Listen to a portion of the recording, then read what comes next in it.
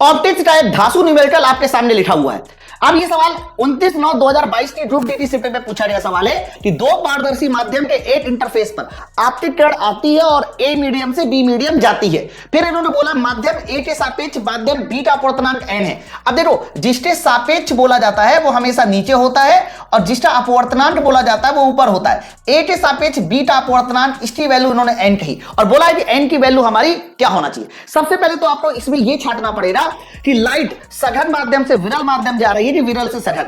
तो जरा गौर से देखिए, तो लाइट पहले इस तरह से एंट्री करती है ऐसे, और इस तरीके से देखो नॉर्मल के पास आ जाती है। जा रही थी सीधे, लेकिन देखो सीधे ना जाते नॉर्मल के पास आ जाती है, पास आ रही।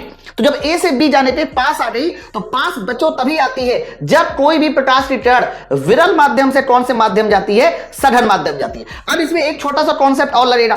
विरल माध्यम का जो अपवर्तनांक होता है हमेशा ध्यान रखना वो कम होता है, और सघन माध्यम का जो रिफ्रैक्टिव इंडेक्स होता है वो ज्यादा होता है। एक पॉइंट यहां पर और ये लगाइए, अब वैल्यू एन की पता चल जाएगी। क्योंकि आप बी की वैल्यू ज्यादा, म्यू बी ज्यादा है, अगर म्यू बी ऊपर वाली वैल्यू ज्यादा है तो एन की वैल्यू 1 से ज्यादा हो जाएगी। इसलिए इस प्रश्न का सही उत्तर ऑप्शन नंबर बी हो जाएगा। कितना बेहतरीन सवाल था, कैसे आपको समझ में आया नीचे मुझे कमेंट सेक्शन में जरूर बताएं। ऐसे बेहतरीन कॉन्सेप्ट को सीखने के लिए ज्वाइन करें उड़ान बैच।